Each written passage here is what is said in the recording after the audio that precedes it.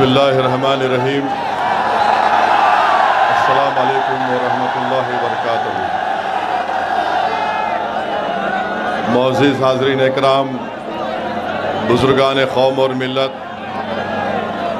मेरी इज़्ज़तदार माँ और बहनों, ग़यूर नौजवान साथियों, मैं आप तमाम का दिल की गहराइयों से शुक्रिया अदा करता हूँ कि आपने अपना कीमती वक्त निकाल कर आज सहारनपुर की इस मुबारक सरज़मीन पर, जो उलमा, मशाइखीन और मुहद्दिसीन की सरज़मीन है, यहाँ पर आपने आकर हज़ारों की तादाद में मजलिस इत्तेहादुल मुस्लिमीन के एक जलसे को आपकी मौजूदगी से, आपकी दुआओं से आपने ना सिर्फ इसको कामयाब कर दिया, बल्कि आपकी मौजूदगी पूरी मगरबी यूपी को और उत्तर प्रदेश की हुकूमत को एक पैगाम देते हैं कि अब की बार इंशाअल्लाह ताला हम दरी नहीं बिछाएंगे, अपने नेता को बनाएंगे इंशाअल्लाह ताला।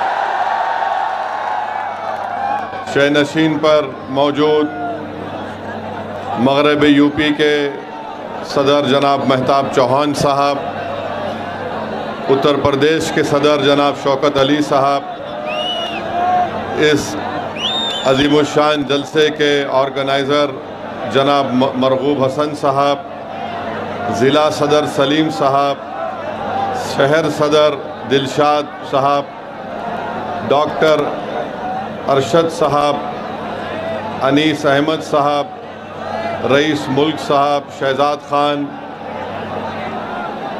जनाब हरीश जाट, शोएब मंसूर साहब, साजिद हसन प्रधान साहब, मोहम्मद बिलाल साहब और मजलिस इत्तेहादुल मुस्लिमीन के तमाम ज़िम्मेदारान, मेरे अज़ीज़ दोस्तों और बुज़ुर्गों, आप जानते हैं कि मजलिस के जो मुखालिफीन हैं वो हमेशा एक झूठा इल्ज़ाम मजलिस इत्तेहादुल मुस्लिमीन पर लगाते हैं कि मजलिस इत्तेहादुल मुस्लिमीन एक फ़िरक़ा परस्त कम्युनल पार्टी है। मैं आपको ये बताना ज़रूरी समझता हूँ कि मजलिस इत्तेहादुल मुस्लिमीन कभी भी किसी समुदाय के ख़िलाफ़ थी, ना कभी रहेगी इंशाअल्लाह ताला।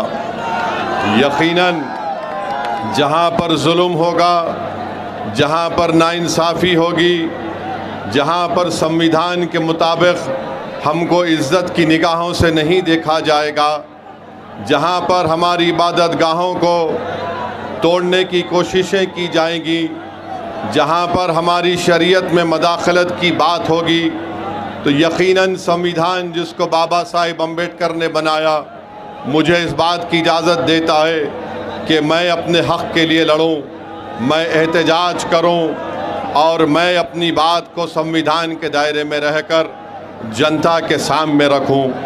आज इस बात को कहने पर मेरे हुकूक़ का मुतालबा करना, इज़्ज़त और हिस्सेदारी की बात करना, अगर ये फ़िरक़ा परस्ती है तो जो सियासी पार्टी हमको फ़िरक़ा परस्त कहती है, मैं ये समझता हूँ कि दुनिया के सबसे बड़ी फ़िरक़ा परस्त पार्टी तुम लोग हो, जो मजलिस इत्तेहादुल मुस्लिमीन, जो गरीब और मज़लूमों के हक़ और इंसाफ की लड़ाई लड़ रही है। मेरे अज़ीज़ दोस्तों और बुज़ुर्गों, अगर मैं तारीख़ में चला जाऊँगा तो मुझे ये कहना पड़ेगा कि उत्तर प्रदेश की आवाम ने बरसों कांग्रेस का साथ दिया, उनको इख्तिदार दिया, उनको सत्ता दी।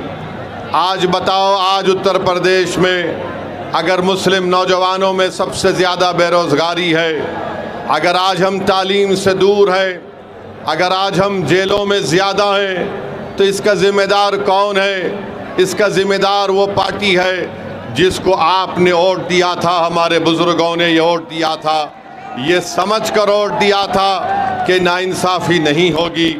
बाबरी मस्जिद की शहादत हुई, मरकज़ में किसकी हुकूमत थी बताओ? उस वक्त मुल्क का वज़ीर आज़म असदुद्दीन ओवैसी नहीं था, उस वक्त मुल्क का वज़ीर आज़म कांग्रेस पार्टी का था। हाशिमपुरा मलियाना का फसाद हुआ, कौन मुख्यमंत्री और प्रधानमंत्री थे?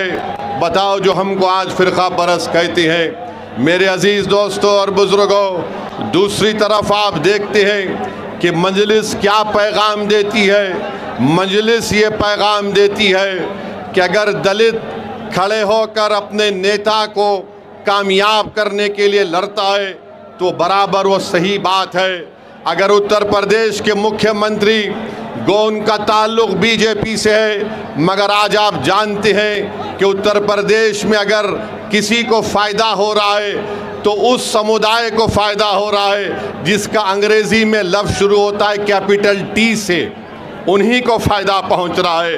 अगर समाजवादी कहती है कि हम पीडीए की बात करते हैं, मगर पीडीए की बात करने वाले उनको तकलीफ़ उसी वक्त होती है जब मध्य प्रदेश का बीजेपी के मुख्यमंत्री पर अंग्रेज़ी अखबार ने लिख दिया कि इन्होंने उस जगह पर अपनी ज़मीन को ख़रीदा जहां पर मध्य प्रदेश की हुकूमत अपने डेवलपमेंट के प्रोजेक्ट्स को ला रही है। तो यही समाजवादी पार्टी के अध्यक्ष जनाब अखिलेश यादव साहब ने कह दिया कि बीजेपी एक यादव मुख्यमंत्री को हटाना चाहती है, वो फ़िरक़ा परस्ती नहीं है। यही समाजवादी पार्टी जब वफ़्क़ का काला कानून नरेंद्र मोदी की हुकूमत पार्लियामेंट में बना रही थी, अखिलेश यादव की तकरीर आपके सामने है, सुन लीजिए यूट्यूब पे जाकर उन्होंने क्या कहा और क्या कहना चाहिए था। मेरे अजीज़ दोस्तों और बुज़ुर्गों, मुझे आप बताइए, अगर मैं संविधान के दायरे में खड़े होकर आज यहाँ पर कह रहा हूँ कि सहारनपुर में लकड़ी का काम मुतासिर हो गया और यहाँ से कारोबार जयपुर चला गया, तो क्या ये फ़िरक़ा परस्ती है? क्या ये फ़िरक़ा परस्ती है? बताओ, अगर सच्चाई को बयान करना फ़िरक़ा परस्ती है तो खुदा की कसम अल्लाह जब तक मुझे ज़िंदा रखेगा मैं हक़ और सच को बयान करता रहूँगा। आप बताइए, एनकाउंटर होता है, बुलडोज़र से घर को तोड़ा जाता है, कोई अपनी ज़बान को जुम्बिश नहीं देते, और जब हम कहते हैं तो कहते हैं कि माहौल को ख़राब करना चाहता है। अरे मेरे भाई, माहौल ख़राब जो कर रहा है, जो जुल्म कर रहा है, अगर जुल्म करने वाले को जालिम कहना फ़िरक़ा परस्ती है तो तुम तैयार हो जाओ, हम रुकने वाले नहीं हैं, हम जालिम को जालिम बोलेंगे इंशाअल्लाह ताला। मेरे अजीज़ दोस्तों और बुज़ुर्गों,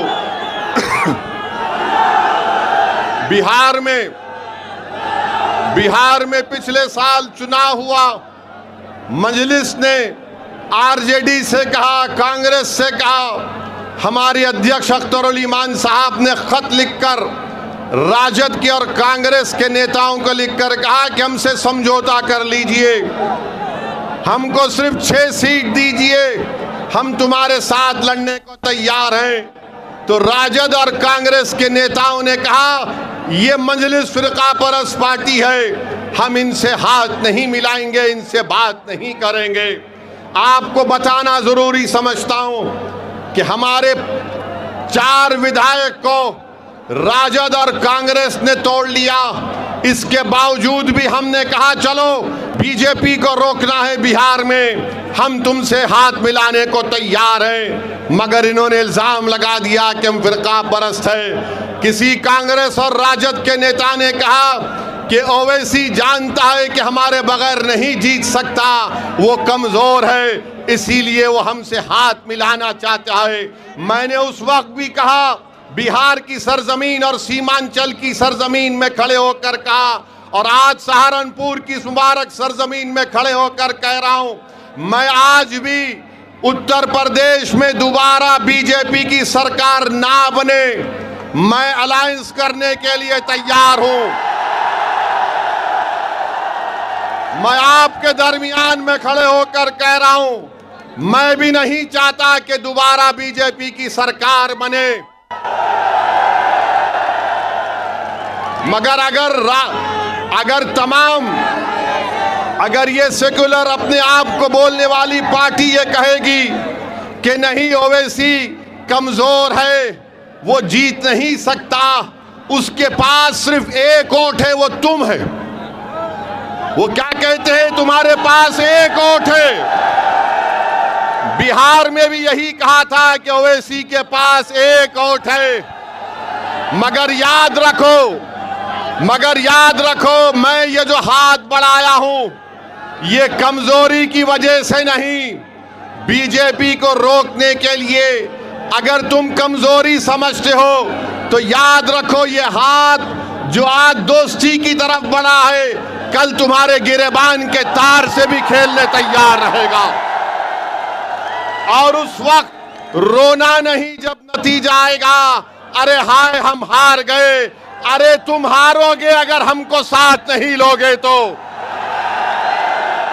और जो लोग कहते हैं कि इसके पास एक वोट है, क्या आप मेरे साथ हैं, मजलिस के साथ हैं? क्या सहारनपुर की जनता मजलिस के साथ है? क्या आप पतंग के निशान पर बटन दबाएंगे? सुन लो जालिमों, तुम कहते ना एक वोट साथ है, अरे ये वोट भी साथ है। और वो जमीन और आसमान का खालिक वो एक है, वो भी हमारे साथ है। तो तुम एक एक कहकर देख रहे हो, तुम एक एक हो जाओगे, हम हजारों की तादाद में आगे बढ़ते जाएंगे और अपनी सियासी लीडरशिप को बनाएंगे इंशाअल्लाह ताला। मेरे अजीज दोस्तों और बुजुर्गों, इसीलिए हम आपसे अपील कर रहे हैं कि चुनाव जब आएगा, चुनाव जब आएगा,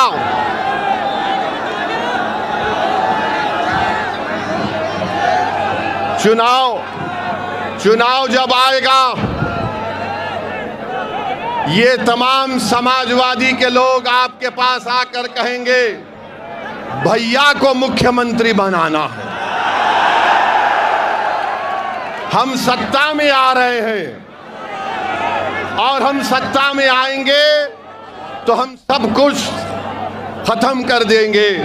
मेरे भाई 2014 में इलेक्शन हुआ, मोदी प्रधानमंत्री बन गए, भैया ने कुछ नहीं किया। 17 में विधानसभा का चुनाव हुआ, फिर आपसे कहा गया झूठ, सत्ता में आना है, फिर हार गए। फिर 19 में पार्लियामेंट का चुनाव हुआ, फिर कहा कि दिल्ली में सरकार बनाना है, फिर मोदी आ गए, आपको धोखा दे दिया गया। 22 में चुनाव आया तो बोले नहीं अब हम सत्ता में कैसा भी आ गए हैं। फिर आपने वोट दिया और आपने देख लिया कि फिर आपके भरोसे को धोखा दिया।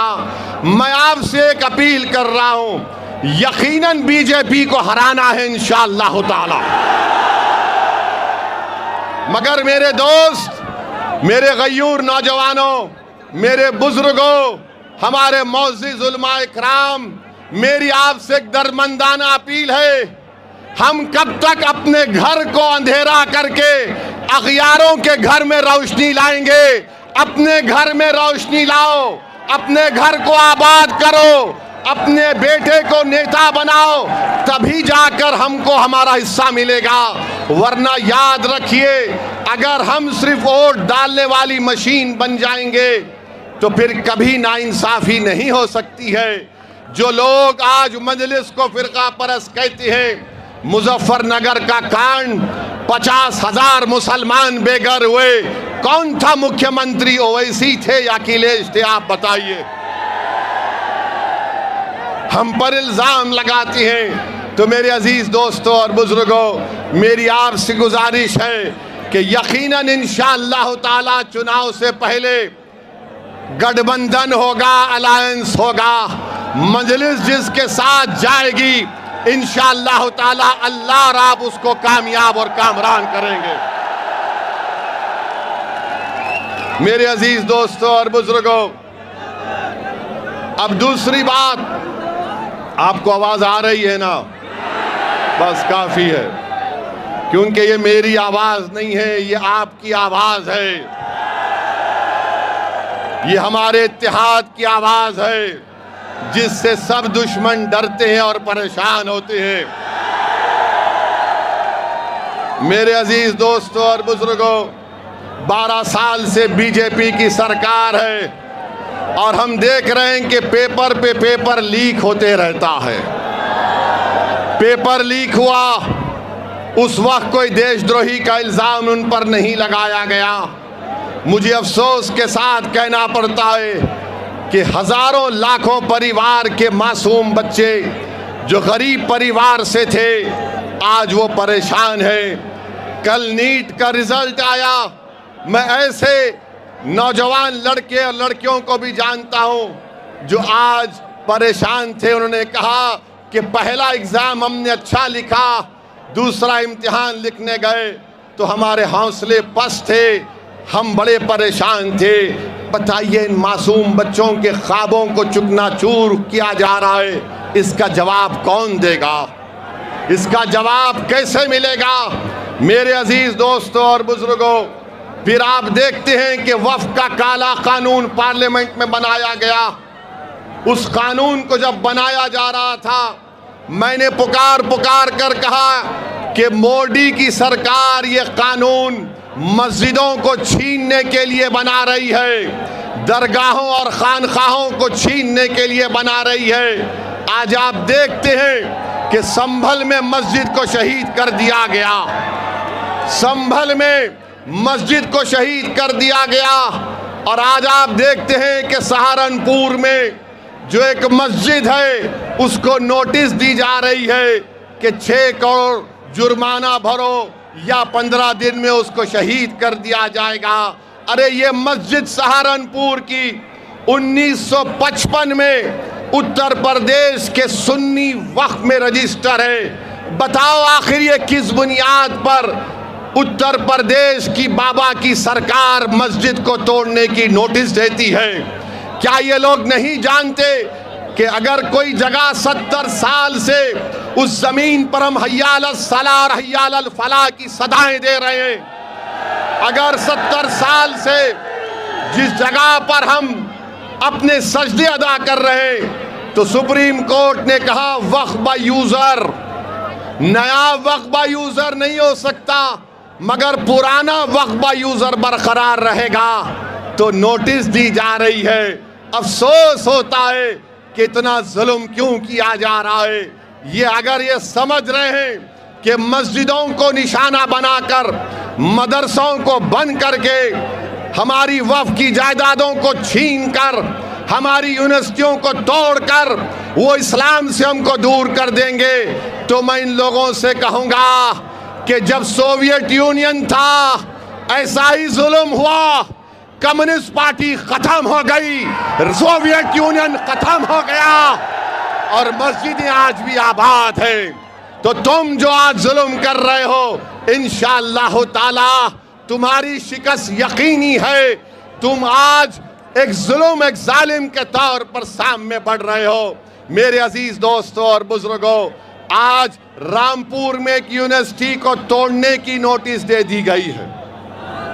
रामपुर में आप बताइए, क्या ये नहीं जानते कि उत्तर प्रदेश में कितने मुसलमान बच्चे ग्रेजुएट होते हैं? 19-20% मुसलमानों की आबादी, सिर्फ 4% मुसलमान ग्रेजुएट होता है और आज आप एक यूनिवर्सिटी को तोड़ना चाहते हैं।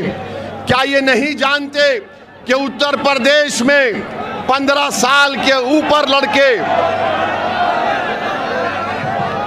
Hello hello hello hello, Uttar Pradesh में 70% लड़के और लड़कियां 15 साल के ऊपर आज तालीम, प्राइमरी स्कूल की तालीम से महरूम हैं।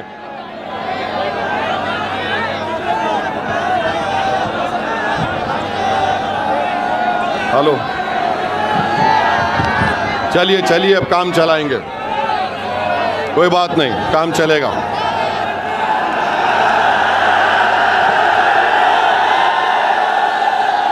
मेरे भाई, मुझे माइक की और उसके साउंड सिस्टम की जरूरत नहीं है, मुझे अल्लाह और तुम्हारे साथ की जरूरत है। आप साथ दीजिए, हमको इसकी जरूरत नहीं है। आप मुकम्मल मुत्तहिद हो जाइए। आपका साथ आना पूरे भारत में एक जलजला बन जाएगा। तुम्हारा इत्तेहाद की आवाज पूरी दुनिया में सुनाई देगी इंशाअल्लाह ताला। तो मैं आपसे कह रहा था कि मरकजी हुकूमत का डेटा है सिर्फ 4% उत्तर प्रदेश के मुसलमान ग्रेजुएट होते हैं। 1834 यूनिवर्सिटी के टीचर हैं उत्तर प्रदेश में। कितने मुसलमान हैं? 55 मुसलमान हैं खाली यूनिवर्सिटी के टीचर।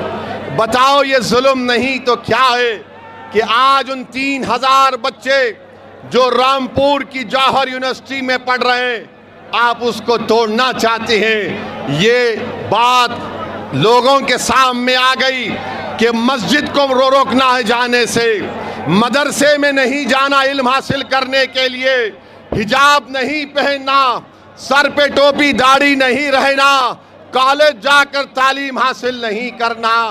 ये हुकूमत बीजेपी आरएसएस का एजेंडा ये है कि हमको हर दरवाजा हमारा बंद कर दिया जाए। याद रखो, तुम्हारा जुल्म है, वो इंशाअल्लाह ताला खत्म होकर रहेगा और अल्लाह इंशाअल्लाह उसको खत्म करेगा। मेरे अजीज दोस्तों और बुजुर्गों, अब आप बताइए कि किसी शायर ने अच्छा कहा, जुल्म फिर जुल्म है, बढ़ता है तो मिट जाता है, खून फिर खून है तो टपकेगा तो जम जाएगा बाबा, टपकेगा तो जम जाएगा। मेरे अजीज दोस्तों और बुजुर्गों, हर एतबार से हमको निशाना बनाने की कोशिशें की जा रही हैं। मैं आपको बता रहा हूं, अभी हम यहां पर आ रहे थे तो किसी एक मीडिया के जिम्मेदार ने हमसे पूछा कि इतने मुसलमान विधायक हैं, इतने मुसलमान सांसद हैं उत्तर प्रदेश में, क्या उनको अब खुलकर नहीं बोलना चाहिए? मैंने उनसे कहा, मुझे उनसे उम्मीद नहीं है। मैं यहाँ पर सहारनपुर और उत्तर प्रदेश और पूरे भारत में इसलिए जा रहा हूँ एक दीवाने की तरह कि मैं अपनी मौत से पहले इंशाअल्लाह ताला आपको नेता बनाऊंगा, अल्लाह आपको कायद बनाएगा। मेरा मकसद यहाँ पर अपने लिए नहीं आया हूँ। तुम बैठकर इस कलम से अपने मुकद्दर के फैसले करोगे इंशाअल्लाह ताला। अल्लाह तुमको इतनी ताकत देगा कि तुम उस इत्तेहाद और सियासी क़ियादत के बलबूते पर इस कलम से तुम अपनी औलाद, अपनी नस्लों की हिफाजत करोगे। ये मजलिस इत्तेहादुल मुस्लिमीन का मकसद है। और कल मालूम हुआ कि आज संभल में उत्तर प्रदेश के मुख्यमंत्री अपने भाषण में ये कह दिए कि संभल के तुर्कों के बारे में उन्होंने बड़े ही गलत जुमले इस्तेमाल किए। मैं उत्तर प्रदेश के मुख्यमंत्री से कहना चाहूँगा कि बाबा, मुझे बहुत बुरी आदत है, मुझे बहुत बुरी आदत है और शायद जब तक जिंदा रहूँगा इंशाअल्लाह ये आदत बरकरार रहेगी। तो बाबा, आपने तुर्कों के बारे में कहा था, तो तुर्क का लफ्ज भी अंग्रेजी में आता है टी से। तो बाबा, आपके राज में तो खाली टी का राज है, बाकी सब तो कोई पूछने वाला ही नहीं है। और फिर ये कह देना कि नहीं अब ऐसा नहीं वैसे होगा। हम बाबा से पूछना चाहते हैं, आपके नाक के नीचे आपका डीएम, आपका प्रिंसिपल सेक्रेटरी होम उस ट्रस्ट में था और करोड़ों अरबों रुपए की चोरी हो गई। कैसे हुआ बाबा? कैसे हुआ बताओ? आप बताओ कैसे हुआ?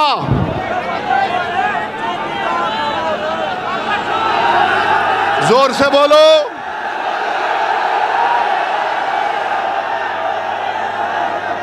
आप बताइए। 8 लोगों को मुजरिम बना दिया, 8 लोगों को मुजरिम बना दिया और चंपक को छोड़ दिया। 60 करोड़ का स्कैनर लगाना था, वो 60 करोड़ का स्कैनर नहीं लगाए। क्यों नहीं लगाए? लूटना था, लूटना था, लूटना था। तो मालूम हुआ वो पूरा काम आस्था के लिए नहीं था, वो काम लूटने के लिए था, लूटने के लिए था, लूटने के लिए था। अब हम हमारे हिंदू भाई बहनों से अपील कर रहे हैं, देख लो आप अब क्या हुआ। अब क्या हुआ? बाबा ने समझा कि प्लान ए चलेगा।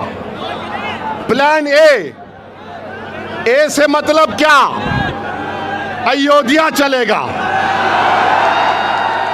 मगर वो चोरी और लूट पर फेल हो गया। तो बाबा ने अब क्या किया? प्लान एम निकाला, प्लान मुस्लिम। बाबा जब ए नहीं चला तो एम कहां चलेगा?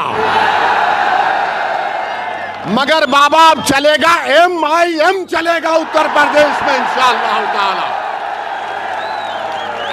इसीलिए करोड़ों रुपए की चोरी से नजर हटाने के लिए यूनिवर्सिटी तोड़ देंगे, सहारनपुर की मस्जिद को तोड़ देंगे, संभल के कब्रिस्तान को तोड़ देंगे, उसको गोली मार देंगे। अरे जालिमो, जरा गिरेबान में झांक कर तो देखो कि तुम क्या कर रहे हो, क्या कर रहे हो तुम, कौन सा इंसाफ तुम कर रहे हो। मेरे अजीज दोस्तों और बुजुर्गों, हमको और आपको डरने और घबराने की जरूरत नहीं है। इंशाअल्लाह ताला हमारे बुजुर्गों ने चंगेज खान और मंगोलों और तातारियों के जुल्म को देखा, मगर अल्लाह ने हमको जिंदा रखा। इंशाअल्लाह ताला ये भी काले दिन छटेंगे, ये भी जुल्म खत्म होगा और हम इन जुल्म के बादलों को अपने इत्तेहाद की ताकत से हटाएंगे इंशाअल्लाह ताला। आप साथ देंगे ना मंजलिस का? मेरे अजीज दोस्तों और बुजुर्गों, मुझे बहुत कुछ कहना था, मगर क्योंकि ये साउंड सिस्टम लगता है बाबा की बी टीम बन चुका है, लगता है साउंड कंपनी वाला समाजवादी का है। मगर कोई बात नहीं, मैं फिर आऊंगा सहारनपुर को। और अब साउंड सिस्टम की जरूरत नहीं रही, क्योंकि हर दिल में अल्लाह ने एक साउंड को पहुंचा दिया, आवाज को। और वो आवाज क्या है? इत्तेहाद, इत्तेहाद, इत्तेहाद, इत्तेहाद। मेरे अजीज दोस्तों और बुजुर्गों, आप तमाम का बेहद शुक्रिया कि आप इतनी तकलीफ उठाकर यहां पर आए। अच्छा, अपना सेल फोन का लाइट खोलिए, सेल फोन का लाइट खोलिए, ताकि बाबा को, कांग्रेस को, समाजवादी को ये मालूम हो जाए कि हम फिरका परस्त नहीं, हम इंसान परस्त हैं, हम हक परस्त हैं, हम इंसाफ परस्त हैं। लगाओ मेरे साथ नारा, नारे तकबीर, नारे तकबीर, नारे तकबीर। भारत जिंदाबाद, भारत जिंदाबाद, हमारा इत्तेहाद जिंदाबाद, हमारा इत्तेहाद जिंदाबाद। आप तमाम से गुजारिश है कि पुरअमन तरीके से अपने घर को रवाना होइए और दुआ करते रहिए अल्लाह से कि अल्लाह हमको गालिब करे और कामयाब करे। अस्सलाम वालेकुम व रहमतुल्लाहि व बरकातुहू।